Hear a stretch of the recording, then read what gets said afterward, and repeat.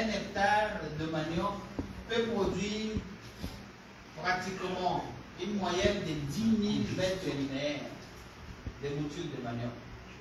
Ça, c'est un moyen. 10 000 mètres linéaires de mouture de manioc. Et lui, il a fait 1 hectare.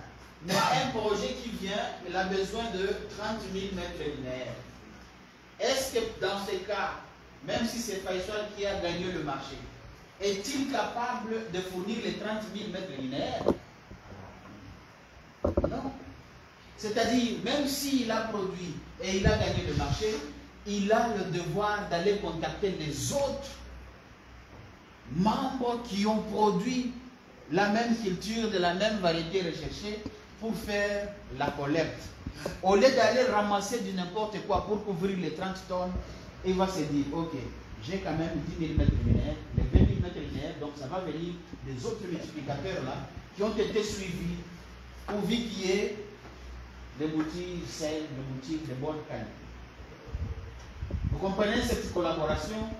C'est pour réunir les efforts, pour que tout le monde bénéficie du secteur. Ça va? Qui sont les membres alors? Je laisse la partie nationale. Nous parlons du cadre régional, c'est-à-dire le cadre de Moïse, ce qui est la partie à droite là.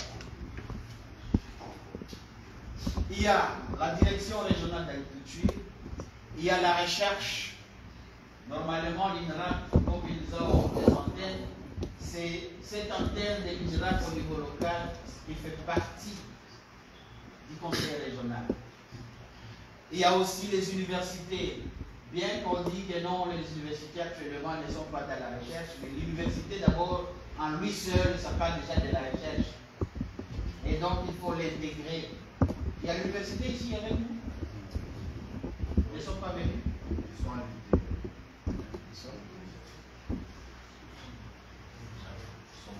N'est-ce pas? L'université a été invitée. Oui. Mais ils ne sont pas venus. Ah, peut-être que c'est leur désintéressement. Ils sont invités.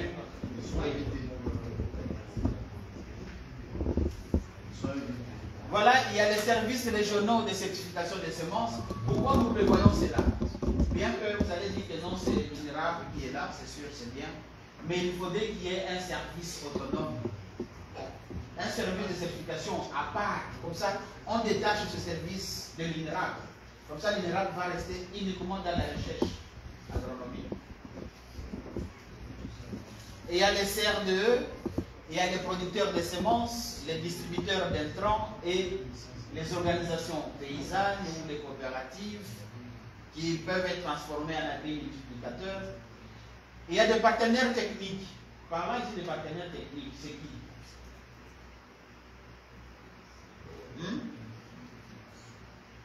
Les partenaires techniques ici, c'est qui?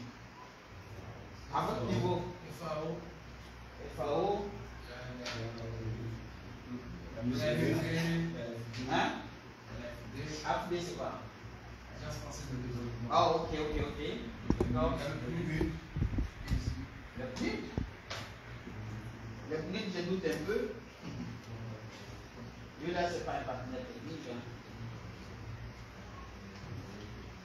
Il y a l'IITA, l'Africa Rice, il y a le CIVIT, bien qu'ils agissent à distance. Pardon? Il y a le CIRAD, n'est-ce pas? Il y a le CID. Donc, tous ceux-là qui interviennent. Le parc national.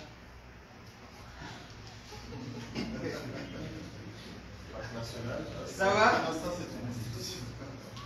Il y a maintenant les partenaires financiers. Par exemple, BAD. Il ne faut pas le définir en anglais. Hein? Il y a BAD, Banque mondiale, le VIDA, le PRID, il peut entrer aussi dedans. D'un côté, il y a aussi la FAO, n'est-ce pas? Parce que c'est aussi un partenaire financier d'un côté, parce qu'il fait le TCP, c'est ça? Qui encore? Il y a aussi l'Union européenne, non? Hein? Voilà. Allez-y. En fait, juste une petite question pour être sûr que nous sommes sur la même longueur d'onde. Alfred a expliqué qu'il faudrait qu'on détache la fonction de certification de l'INRA. La question est celle-ci. Pourquoi d'abord? Pourquoi? Managing l'État a organisé la certification. Pour le moment, il y a assuré la certification des semences et l'INRA de façon provisoire. Théoriquement. Oh, du coup, Non, non. Maintenant, à la langue l'État va s'assurer l'intérim de façon provisoire. Mais normalement, la Zmani fonctionne détachement. Il doit être là. La squale là, on va l'être.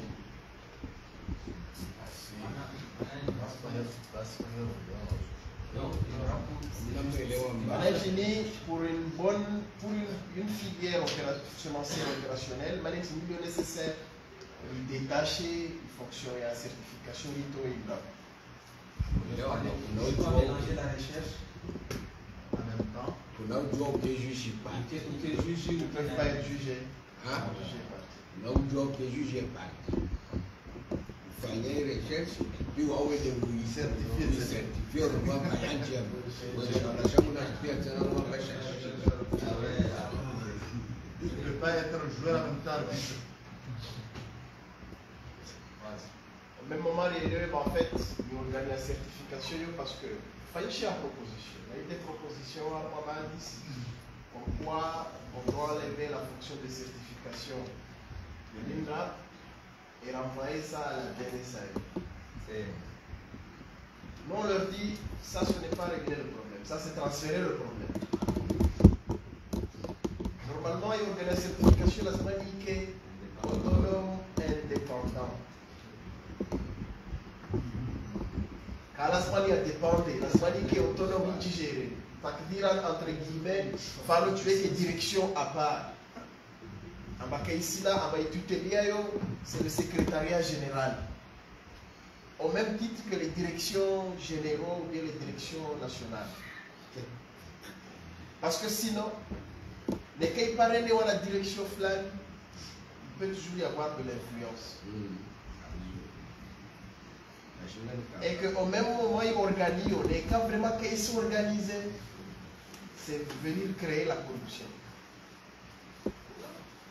Donc, la Zmani qui est organe indépendante. Il doit mener, il se regarde les instructions, les cas d'instruction, la Zmani dit cela directement au niveau. Parce que c'est là, sauf les cas de la direction nationale, la direction générale, c'est sous tutelle du secrétariat général du ministère. Par le ministère de l'Agriculture. Donc, secrétariat, direction générale ou nationale, direction régionale et puis CRDR. Donc, idéalement, ça doit être ça. En fait. Parce que sinon, la semaine, direction, il y a des décisions, il y a gérer,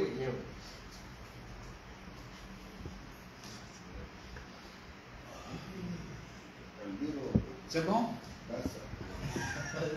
C'est bon? Question? Bon. C'est bon, hein? D'accord. Alors, il y a aussi les banques et les microfinances. MEC, Sandoku, AFG. Tu peux me dire pourquoi ceux-là aussi apparaissent dedans? Pourquoi est-ce qu'ils apparaissent? Mais il y a les banques, il y a les microfinances ici. Oui. Ils sont avec nous ici dans... Oui, sans doute qu'il y a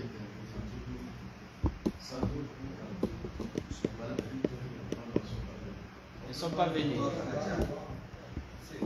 Bon, ils ont peut-être raison de ne pas venir. Pourquoi? Parce qu'ils ne sont pas intéressés à l'agriculture. Et vous savez qu'un agriculteur, pour avoir un crédit dans ces banques ici, est-ce que vous pensez que c'est facile? Ça, c'est aussi un autre problème. J'ai eu une mauvaise expérience avec une des transformatrices qui est à Moroni. Lors des consultations, elle nous a raconté que Elle a demandé un crédit de 25 millions. Et de ces 25 millions qui ont été accordés, elle se retrouve uniquement avec 13 millions. Vous imaginez? Vous avez demandé un crédit de 25 millions, mais vous venez vous retrouver avec seulement 13 millions que vous allez utiliser pour revenir payer, rembourser 25 millions. Mais il faut voir aussi les intérêts alors. Ces intérêts, les taux d'intérêt là n'est pas vraiment adapté pour un agriculteur. C'est un taux d'intérêt purement commercial.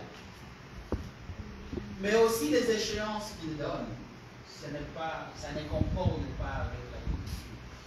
Parce que là où tu viens peut-être solliciter un crédit pour faire tes bananiers, on te demande de commencer à payer après combien de mois? Un mois après. 3 mois. Donc en 3 mois, tu commences déjà à payer. Mais le banane produit après combien de mois? Donc tu n'as pas encore eu même les signes de ta production. Déjà on commence à te poursuivre pour payer. Donc ce n'est pas adapté vraiment à l'agriculteur. Mais initialement, les mecs, ça devrait être lié aux agriculteurs. Ça s'est passé pour que ça change et ça devienne commercial. Parce qu'à ma connaissance, je sais qu'à la création des. Sauf erreur de ma part, je parle sous réserve. Ça, c'est national. Le régional, c'est tout à fait un problème. Au niveau national, ça se fait. Moi, je vois mon Mais je sais qu'initialement même, sauf erreur, je parle encore avec sous réserve, mais je pense qu'initialement, lorsque parmi les objectifs qui faisaient qu'il y a eu une initiative sur le MEC, je pense que c'est initialement, si je me trompe pas, c'était à vocation agricole. Mais je ne sais pas qu'est-ce qui s'est passé pour que ça change. Bon, il y a eu un grand débat là-dessus aussi. Mais bon.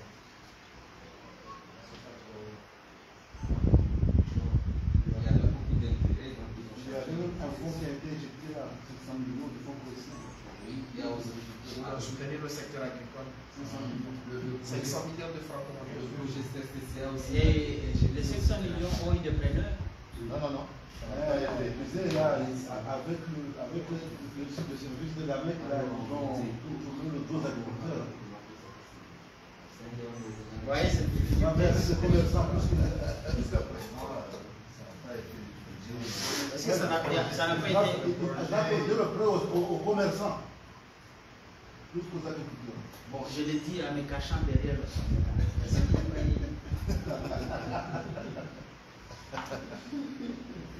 Je crois que les caméramans n'ont pas vu ça. Et donc, normalement, si on les a inclus dans ce système, c'est qu'il faut une forte sensibilisation pour qu'ils essayent d'instaurer un système d'appui, un système facile pour les crédits agricoles en faveur des agriculteurs et des producteurs de semences. Parce qu'avec le système actuel, les tracteurs dont nous avons, ou les moins offrants, c'est à Moélie avec 22 500 par heure. Non négociable. Non négociable. Voilà donc, tous ces problèmes-là, c'est vous qui allez les discuter et savoir comment est-ce que vous pouvez pallier à cette situation. Vous savez, les CR2, en tant que preneur de ce secteur, c'était hier, on avait fait le calcul, on a dégagé l'entretien du tracteur, ainsi que celle qui pour le neuf, donc le chauffeur, et il ne trouve que 1500. 1500. 1500. Peut-être. 22 500, on avait calculé. Parce que le chauffeur, par heure, il est payé 5 000 par heure. par heure. Et qui a défini ça? Très bien. C'est écrit où? Ça n'a pas écrit, on s'était attendu. Et vous êtes entendu sur base de quels critères? Voilà. Parce que nous, on revient dans juin. Et il y a eu une discussion similaire comme ça d'un CRDE qui a bénéficié d'un tracteur de la part d'un projet et un autre CRDE qui a besoin d'utiliser le tracteur. Et dans les discussions, il y a dans la directrice régionale de l'agriculture qui dit ben, ça a été dit lorsque ces tracteurs, je ne sais pas c'est quel projet, je ne sais pas si c'est AFPF ou TPP, mais à part. Hein? C'est le AFF. C'est AFPF, ok.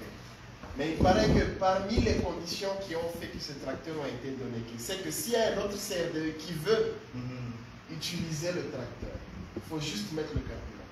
Oui, c'est ça. On n'a pas parlé de chauffeur Parce que là, le problème qui se passe ici, il n'y en a pas autant de chauffeurs. Il n'y a qu'un chauffeur qu'on apporte. Donc il y a énormément de difficultés. Dans laquelle, par exemple, il y a les serveurs de commande. Il est de Djano, il vient ici prendre le tracteur, faire des activités sur le terrain. Mais le moment où le serveur de Nigeria en a besoin pour faire ses activités, on lui transfère encore pour faire ses activités. On avait formé C'est un expert. Le problème, on avait formé des chauffeurs. Il doit être payé. Lors de la formation, on n'a pas envoyé des gens qui vont pratiquer. Parce qu'il y a eu la formation, on a formé des chauffeurs. en théorie.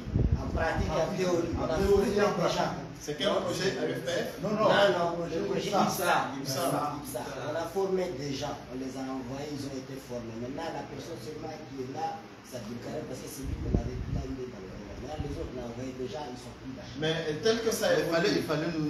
non, tel que ça évolue, on dirait que les chauffeurs, C'est qui et qui? Il y a Washi, Mais une question. Qui avait choisi ces gens-là? Très bonne question. avec le directeur, peut-être parce que c'est lui qui a approuvé. En fait, permettez-moi de le dire ouvertement, et ça je vais le dire sans crainte. Il y a des formations plus techniques, là où on va vous envoyer, les comptables, on va vous envoyer je ne sais pas qui. Ouais, on a formé les chauffeurs des tracteurs, alors que moi, je savais qu'il y avait un, et c'est là qu'on est en train d'utiliser le truc. Et comment est-ce qu'on peut envoyer des gens sans que la direction sache qu'il y a une formation quelque part? Ça, bon. Mais néanmoins, la solution peut-être serait, au lieu d'amener des gens comme ça, peut-être amener un expert qui va venir former les formateurs au niveau local. On prend par exemple une semaine théorie et pratique. Comment utiliser un tracteur agricole? Parce que l'expérience que j'ai vue, d'abord, les tracteurs eux-mêmes, c'est bon, ce sont de bons tracteurs, mais le matériel, les accessoires qui les accompagnent, ce ne sont pas des accessoires adaptés à ces tracteurs-là. Aussi, les tractoristes lui-même, même si vous dites qu'il est peut-être celui qui sait, qui connaît, mais lorsqu'il avance et faire encore des allers-retours comme ça, c'est déjà une forte consommation. Alors que le temps qu'il est à faire le rivas là, il devait tourner déjà. Et vous allez voir, en une heure, il ne fait que aller. Et quand vous venez voir la superficie, ce n'est même pas 10 mètres, je ne sais pas combien. Et lui là, comme vous le payez par heure, il faut voir le rendement travail, n'est-ce pas? Lui aussi va dire, il faut que je passe beaucoup de temps ici, comme ça. C'est lui qui fait entrer, non? Il a fait 2 heures, il a déjà 10 000. Il a fait 3 heures, il a déjà 15 000, n'est-ce pas? Et par jour, il vient se retrouver avec 30 000 par exemple. Et allez voir maintenant ce qu'il a fait, le rendement travail. Et ensuite, il va venir peut-être même accuser le tracteur. Et non, le tracteur n'est pas bon. Là, moi, ce que je ne comprends pas, il y a 3 tracteurs dans COA, COD. Et jusqu'à aujourd'hui, ils disent qu'il n'y a qu'un seul chauffeur. Pourquoi ils ne forment pas? Pourquoi le chauffeur qui est expérimenté ne forme pas déjà? Attends, je vais te reposer la même question. C'est toi l'expert là qu'on connaît qui utilise tous les tracteurs et qui reçoit 5 000 par heure. Tu vas vouloir former les autres. Voilà, très bien. Non, c'est pas ça. Parce qu'on ne lui demande pas. Non. Même si on peut lui demander, il y a toujours un petit truc, même s'il vous forme, il ne va pas vous donner tout. Hein. Il ne va pas vous donner tout. J'en ai cette expérience avec des... Vous voyez, c'est lui que vous avez vu en train de conduire le tracteur en Médélier. Oui. C'est pas lui qu'on parle. Non, c'est pas lui. D'ailleurs, lui là, je dis que c'est mieux parce que lui, il essaye même de faire des tours. En 1 heure, il peut réaliser quand même une certaine superficie. Et je l'ai admiré parce que même il ne parle pas, n'est-ce pas? Mais quand même, il s'y connaît. Et il essaye de régler, mais il trouve que les pneus constituent aussi un autre problème pour les réglages. Parce que les tracteurs, la façon dont la charrue est transportée sur la chaussée, ce n'est pas la même position que la charrue doit avoir lorsqu'il a fait des cultures. Parce qu'il faut une certaine largeur. Il faut l'amener un tout petit peu d'une manière inclinée pour qu'il fasse une bonne largeur. Et quand vous finissez le travail et que vous voulez passer sur la route, vous le ramenez encore pour être plus droit, pour ne pas avoir des accidents, des accidents ou cogner d'autres voitures. Et donc, le transporter sur la route, ce n'est pas la même chose que sur les champs. Mais c'est le cas. La façon dont il est venu de la route et il arrive au champ, il fait descendre seulement et commencer le travail. Ce n'est pas de leur faute parce qu'ils cherchent ça.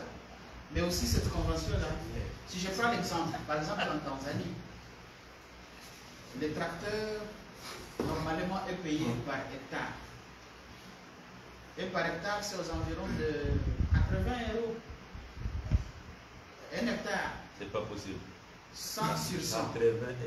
Oui, 100 sur 100. C'est minable. Voilà. C'est minable. Je prends l'exemple de chez nous là-bas. Pour 1 hectare, c'est pratiquement 100 €. Mais les 100 €, vous ajoutez 4 € pour juste motiver les tractoristes et son aide là. Parce que les tractoristes ne peuvent pas travailler, il doit avoir quelqu'un pour l'aider. Et ça, on dit en termes de lait. Vous leur donnez le lait pour l'énergie, quoi. Ouais. Mais les 100 € là, y compris les carburants. Et par jour, normalement, un tracteur peut faire, pour un tractoriste vraiment qui se connaît, ça peut faire 10 hectares par jour. Dites-moi, est-ce que par jour, ici, on arrive à faire même 1 hectare? Donc, c'est une perte pour les utilisateurs des tracteurs. Et le prix là, il faudrait peut-être faire un peu de calcul et voir réellement quel serait son rendement par rapport à la consommation. Bien sûr, ça vient se rapporter aussi sur la façon dont les tractoristes eux-mêmes l'utilisent.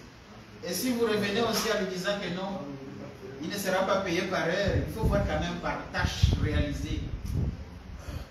Parce que lui, par heure, qu'il exécute ou n'exécute pas, aussi longtemps que le tracteur reste en train de vouloir, lui, il voit déjà son entrée. Hey. Et ceux-là, ils seront comme des arbitres, ils voient l'heure, je commence, ok, 10 h, 2 minutes. Là, ils commencent déjà à les chronos. Quand il va te dire, est-ce que vraiment tu vas vraiment discuter? Dis que non, quand j'ai vu l'espace que tu as réalisé, non, ça ne mérite pas. Ça ne mérite pas. Non, moi je compte le temps. Qui a décidé que ça se fait pas l'être par heure? On sait bien. On avait fait une. Pardon, monsieur. Étant formateur, étant responsable, étant médiateur de ce projet, il faut essayer de le convaincre jusqu'à ce que chaque travail de cette manière doit être payé sous forme d'engros. Comme ça, là, il va gagner plus par rapport à... Parce que le travailleur, comme il va travailler en torpeur, pour gagner beaucoup de 5 000 francs par jour, mais quand il prend le travail en gros, bon, vous lui disiez que bon, vous allez travailler sur ce terrain, par combien? Comme ça, là, quand il dit 50 000 Comoriens, ou bien il dit 25 000, tu lui demandes non, mais il faut qu'on fait ça à 15 000 francs. Comme ça, là, tu vas gagner. Mais quand tu le laisses le temps de réfléchir et de donner le prix là où vous allez pêcher. Je vais faire ça. Pourquoi est-ce qu'on n'établit pas, pourquoi est-ce qu'il ne devrait pas y avoir une grille par rapport au travail réalisé? Pas par rapport aux heures, par rapport au travail réalisé. Si c'est 1 hectare, c'est tant. Si c'est 100 mètres carrés, c'est tant. Si c'est 400 mètres carrés, c'est tant. Voilà. Parce que vous voyez ce qui va se passer, c'est quoi? Le monsieur, vous le payez par heure. Mais il démarre le tracteur, il fait 15 minutes, il s'arrête, il parle au téléphone, mais les heures avancent. Il chatte un tout petit peu, mais les heures avancent. Il s'arrête, il discute, il va aller pisser, mais les heures avancent et vous payez ça. Et encore, il faudra maintenant venir voir la qualité du travail qui a été fait. Le chat est compacté, les pneus. C'est là où il a déjà labouré, c'est là où il va encore repasser avec les pneus. Pour tamiser encore le sol. Pourquoi est-ce qu'il ne devrait pas y avoir une grille, même si ça va rester? Je ne sais pas comment ça se passe pour les grilles, mais pourquoi pas par travail réalisé? Pas par heure. Avant, on le faisait, genre, on va aller regarder le parcelle qui est là. On essaie de voir combien de litres de gasoil qu'on va utiliser. Et puis on discute avec le propriétaire combien on pourra payer par rapport au travail. Donc c'est lui qui va fournir le gasoil et puis donner un petit geste pour motiver le tractoriste. Et par là, on va diminuer un peu le gain qu'il va donner pour encaisser au cas où il y a un problème avec le tracteur. Et par la suite, il y a eu un problème où il disait que c'est trop cher. C'est là où ça a avancé jusqu'à venir dans les 1500. Moi je pense que ça, après ça revient à un problème d'organisation. Oui, c'est un problème d'organisation en fait. Mais néanmoins, vous pouvez décider, comme le collègue l'a dit, il faut voir par tâche réalisée. Et bien même si ça ne dépendait que de moi, j'allais recommander que ces chauffeurs soient engagés comme un fonctionnaire du CRDE par exemple qui détient le tracteur. Comme ça, je donne un exemple, ce qui se fait ailleurs. Tu as 1 hectare, tu viens solliciter le tracteur. Le tractoriste peut aller parce qu'il sait que normalement c'est 1 hectare.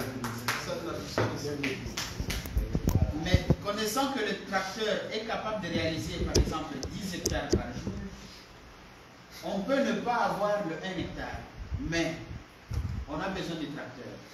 Nous sommes ici par exemple des voisins au niveau du champ.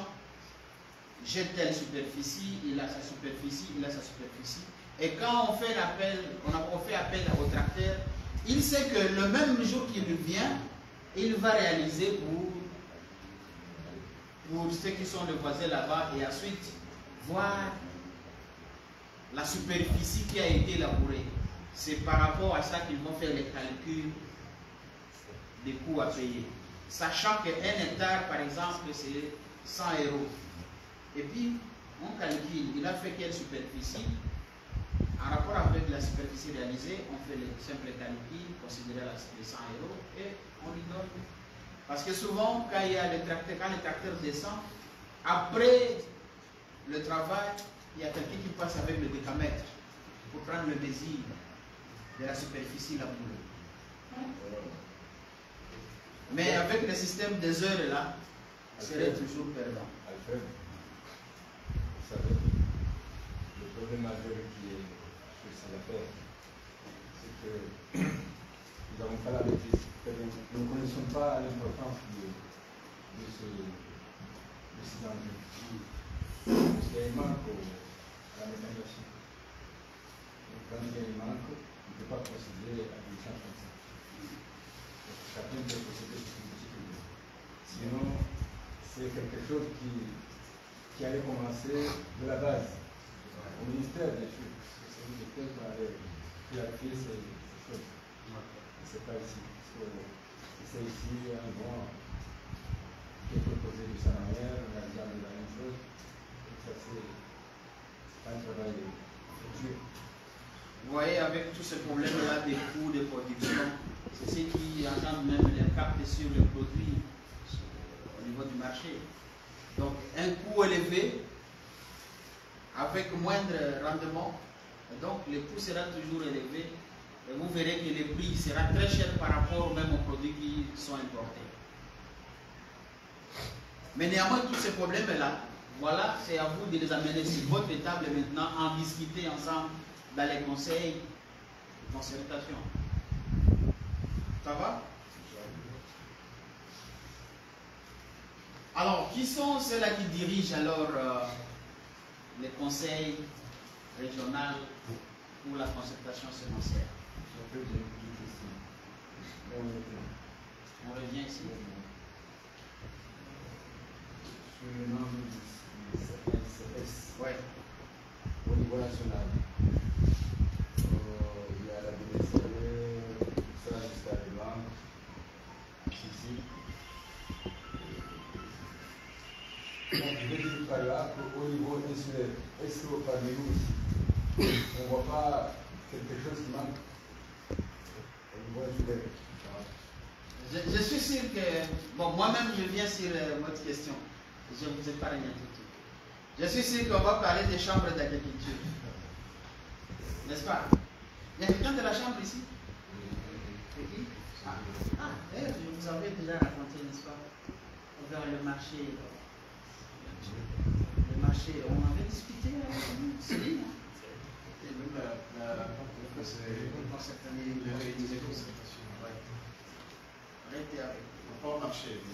Vous savez, personnellement, et je l'ai dit d'ailleurs en face de mon frère, les chambres d'agriculture au Comores, moi je ne les ai pas encore compris. Pourquoi? Le fonctionnement de ces chambres, on dirait c'est juste une plateforme qui réunit les coopératives. Parce que quand on me dit, par exemple en Azidja, on dit on a de sensibiliser les coopératives pour venir adhérer à la chambre. Et puis d'un côté, on se dit, il y a encore la chambre qui est en train de produire. La chambre elle-même. La chambre elle-même est en train de produire. Elle fait le travail du secteur. Voilà. Donc vous comprenez que moi je n'ai pas compris sa mission. Et quand on parle des chambres, moi je viens les considérer ici. C'est une organisation paysanne. On pourrait dire une plateforme. Vous voyez comment moi je considère ça? Permettez-moi. Hein. Mais normalement, les chambres d'agriculture ont un rôle très précis de celui des syndicats des agriculteurs. C'est-à-dire, il va jouer le rôle de, je sais pas, l'acteur pour mener les plaidoyers en faveur